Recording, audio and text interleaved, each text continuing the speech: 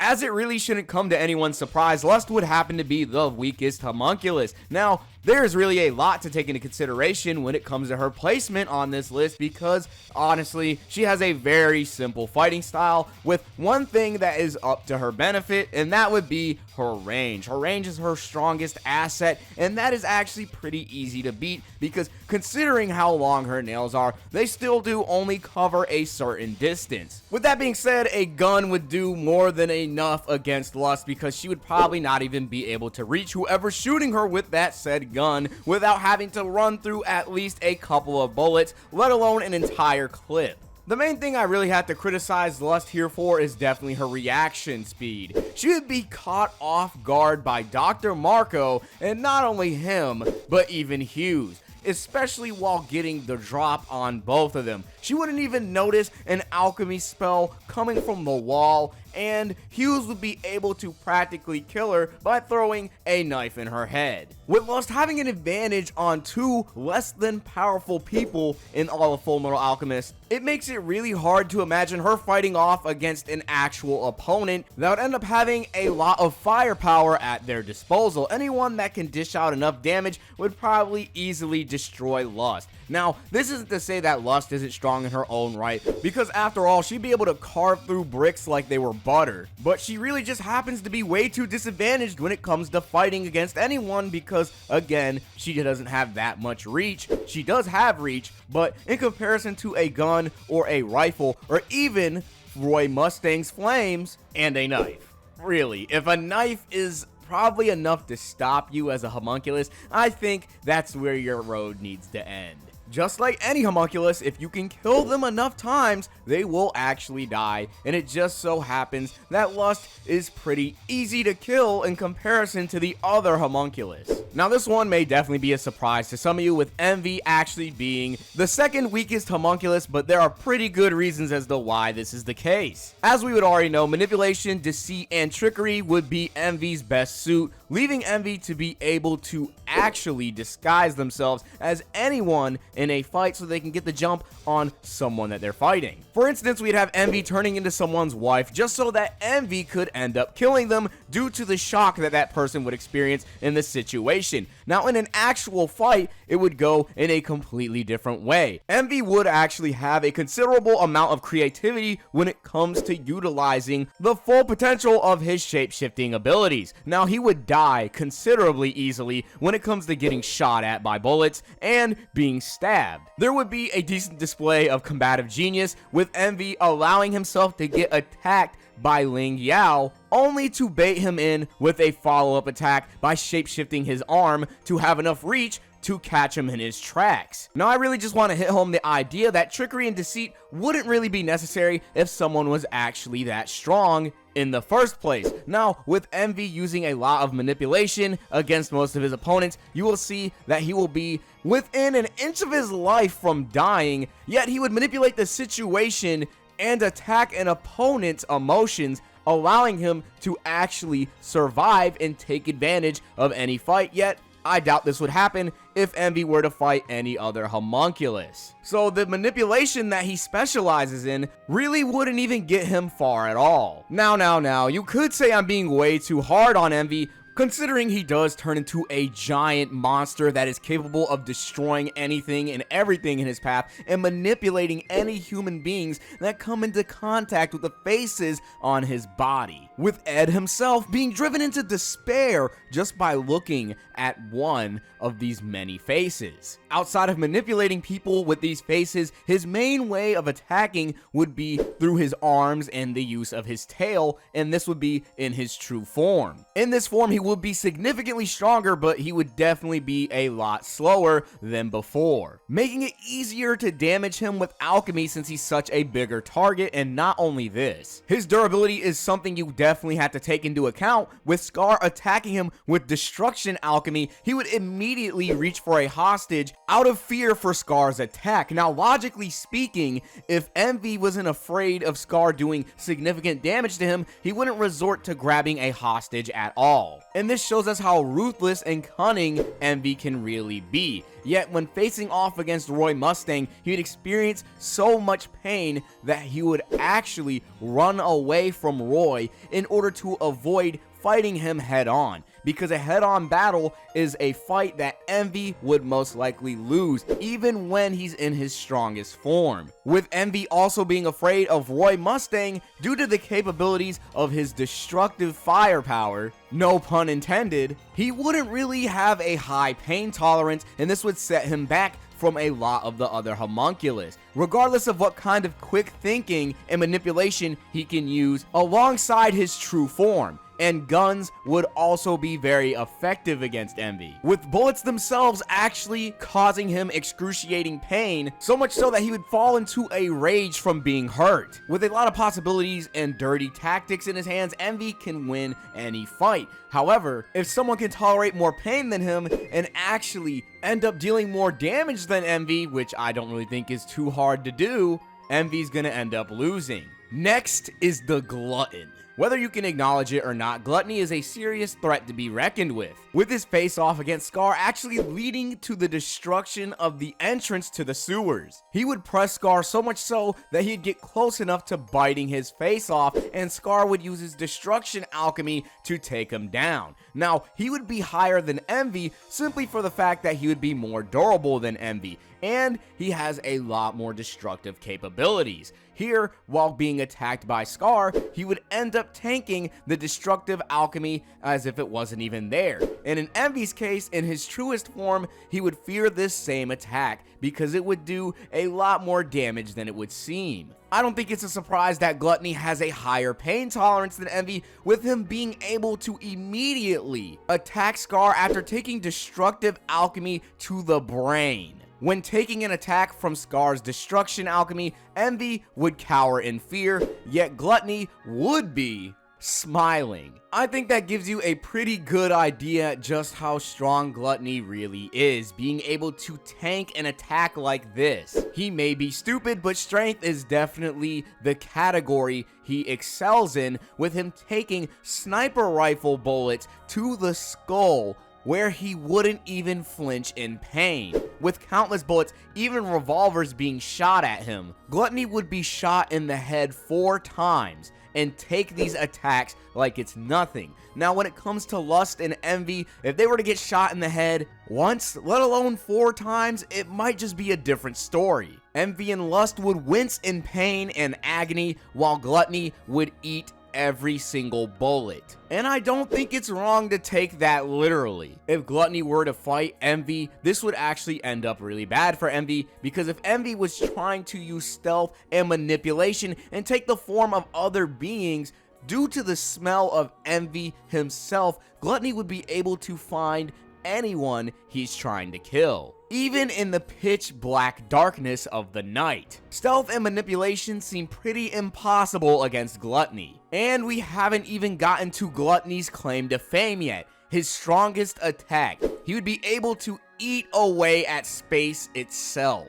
And if you get caught into it, you're practically dead. Well, not dead, but you're going to be transported inside of Gluttony's stomach, where you're eventually just going to starve to death. Kinda ironic, I know. And the odds of Envy or Lust getting trapped inside of his stomach are actually really high. Not only this, when it comes to Envy and Lust getting destroyed by Roy's fire alchemy, this same thing would not be able to happen to Gluttony, because he would just eat away at the fire and take no damage whatsoever. I think it's safe to say that Gluttony really earned this spot, because I don't know how you're going to deal with him eating away at space at all, let alone that when he's trying to do it, if you damage him, he's just going to tank that damage and aim right at you. He's a powerhouse in his own right. Speaking of powerhouses, the laziest homunculus of them all, Sloth would easily take down anyone that he's fighting. Really, Sloth is a force to be reckoned with, and I don't say this lightly, because rather than being just a force that can be reckoned with, he would be an immovable force.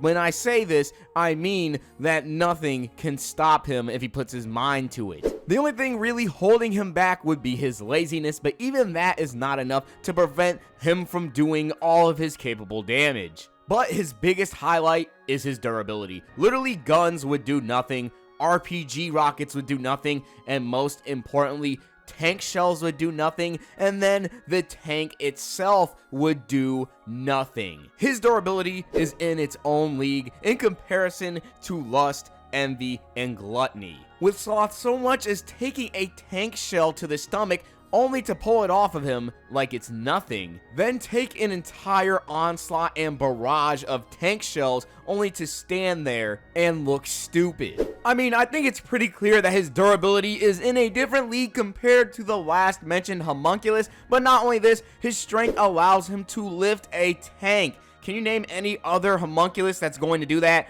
I don't have the slightest idea. He would also easily toss away a bunch of mechanical equipment that would weigh tons like it's nothing with only one arm, all the while he is chained down, being dragged by his weight. Sloth may be lazy and dumb, but one thing he isn't is weak. He would even have range where he uses his chains to his fullest advantage, making it so he can attack people from afar with only a swing of his arms. What would really make Sloth dangerous is the very fact that he would be known as the fastest Homunculus. With him being lazy, of course, that would hold him back, but his speed would make up for that with him being able to completely squash and destroy anything in his sight. And now if he grazes you, he'd be moving at so much speed that the naked eye wouldn't be able to even process it, with both of the Armstrong siblings questioning if they were able to even follow his speed, acknowledging that it was actually a blur, meaning that he would be moving so fast that it would be difficult for them to even process where he's going. Sloth would be so fast that he would not even be able to control his own movement. Now, one thing that would slow Sloth down would be a stone pillar with a spike on the end of it, but he would be so strong that he would just break the entire pillar just to carry it while it's still in his mouth.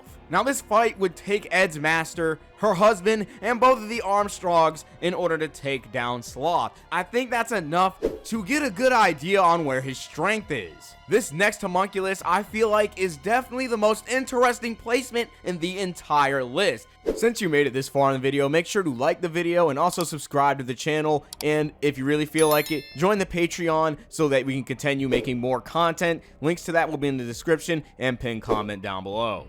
Greed would be this high, and for good reason, because his durability is just unstoppable. Unless you know alchemy and you know exactly what kind of ingredients to mess around with, Greed can only be stopped by having an alchemist change the density of his carbon, making it as soft as paper. But even then, if they do get past his carbon shield, they can still have to deal with him healing his body. Of course, he cannot harden his body and heal at the same time, but this would be the reason why he would control his shield by turning it off in a specific location to heal an area of his body in a split second. Even if you get past his shield, he's just gonna turn it off and then heal that one area, making him honestly unstoppable. Being an expert at alchemy will definitely increase your chances of fighting him, but even then, he was still holding his own against Ed, even with a possible weakness being exploited. I wouldn't even go as far as to call it a weakness, because he was still fighting regardless. The best way to beat him is to hit the same place twice, and of course, it would have to be a very vital area for it to actually do anything to him. And even then, he can just run away from you,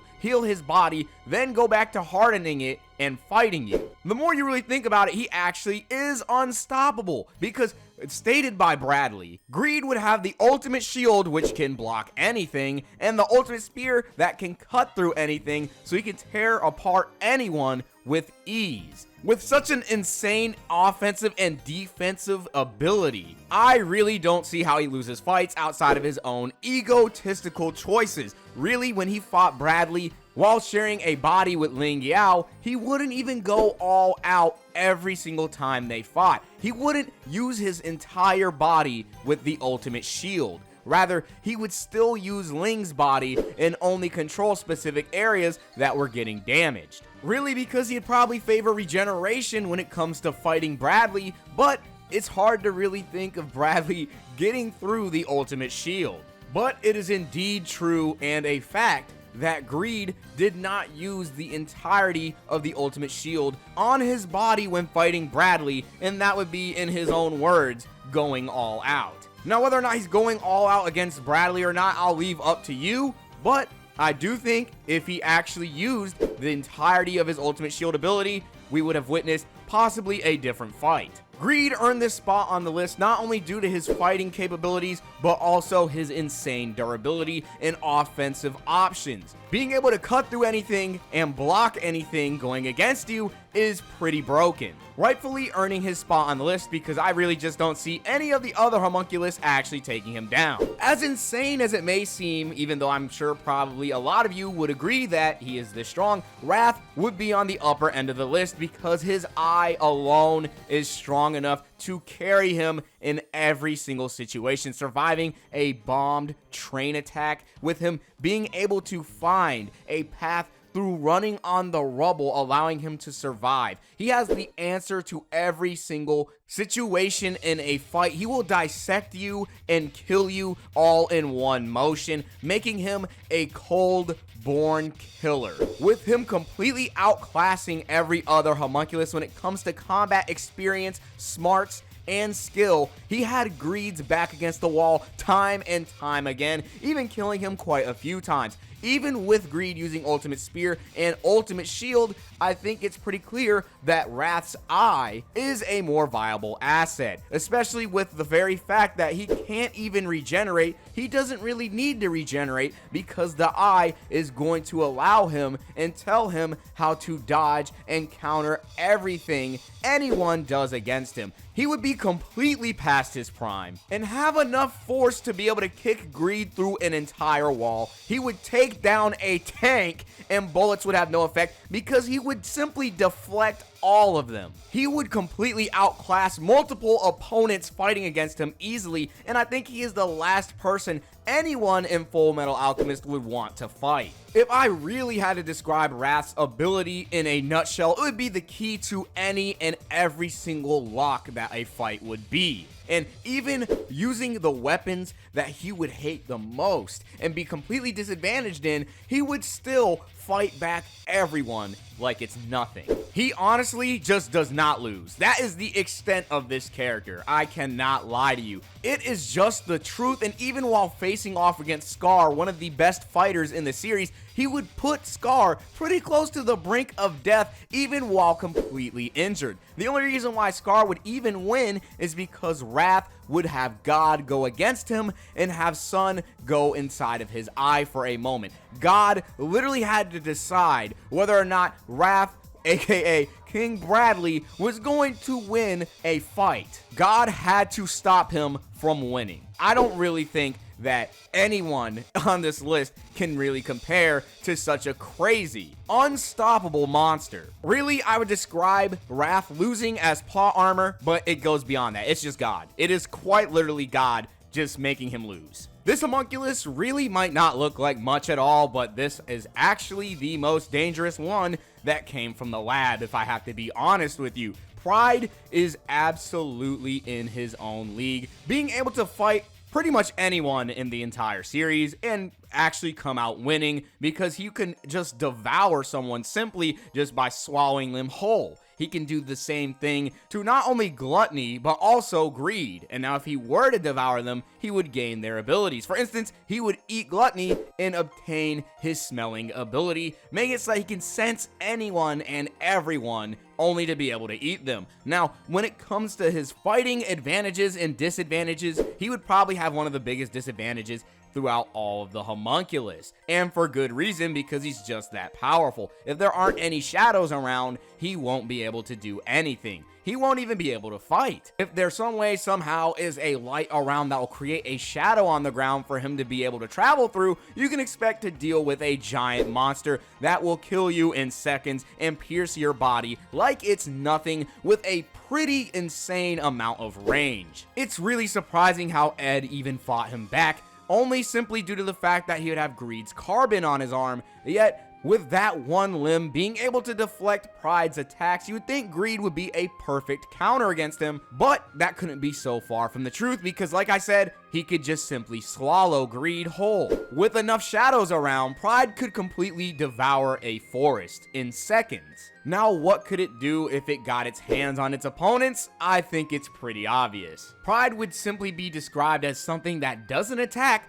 but doesn't die either. So yeah, that durability is in its own league. I don't know what to really say, because you can't really kill him unless you actually are insane enough to go inside of his body by turning yourself into a Philosopher's Stone and destroy his vessel, reverting him into his true form in the process. Now, there's not many people that are going to do this. Homunculus definitely can't do this, and I don't think anyone is really going to be matching up to Pride anytime soon. And even so, Pride only lost because Kimberly was controlling his body from the inside, keeping him from using his opponent as a new vessel. The odds of beating him like this are pretty low, if you ask me. Finally, we would have the strongest of all the homunculus, Father. This guy is actually a god. That is really the simplest way of putting it. He can use alchemy without even transmuting. He can create life, he can create a homunculus, and he can create philosopher's stones easily. Not only this, but he would be able to create a miniature sun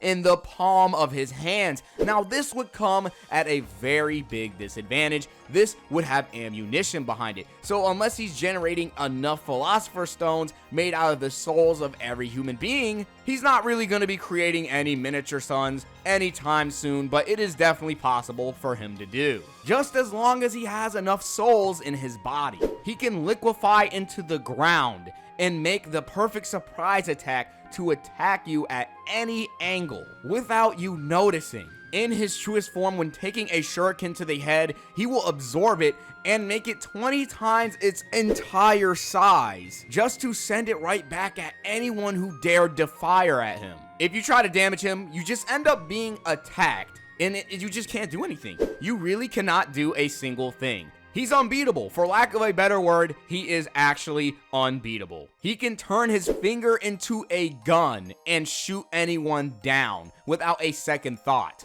He can create multiple limbs for himself and tie down any and everyone who he's fighting. And it just gets worse, because by dishing out all of the ammunition of Philosopher's Stones in his body, he's actually untouchable. If you're dumb enough or crazy enough to get near his force field, you're dying. It's gonna eat away at your body, and that's the fight. Lava itself wouldn't even get past his field, and not only this, he would be able to actually control lava itself and use it against anyone, melting their body and also turning it into a solid, yes, a solid object, lava. He would even be able to create a zombie army out of all the civilians of Selkses, and they would easily be able to fight for him. And now, if he wants to, he can create a giant laser. Yes, a giant energy beam that would take down blocks of a city. I don't know who's surviving it. I don't know how anyone survived this attack, but they did.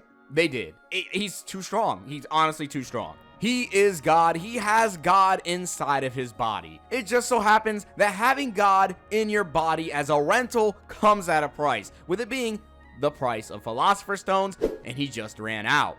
Now, if Father wasn't so egotistical and Father actually tried to preserve his Philosopher's Stones, he's not losing. He definitely is not losing at all. I just don't see it happening. He is without a doubt the strongest homunculus who can create a sun in his hand with the right amount of ammunition, of course. In a 1v1, it's hard to see him losing. Actually, it's hard to see him losing at all. But if he some way somehow runs out of Philosopher's Stones, that's the fight. But making him run out is easier said than done, and he would undoubtedly be the strongest homunculus. If you like this video, be sure to check out these two other videos that are showing up on your screen.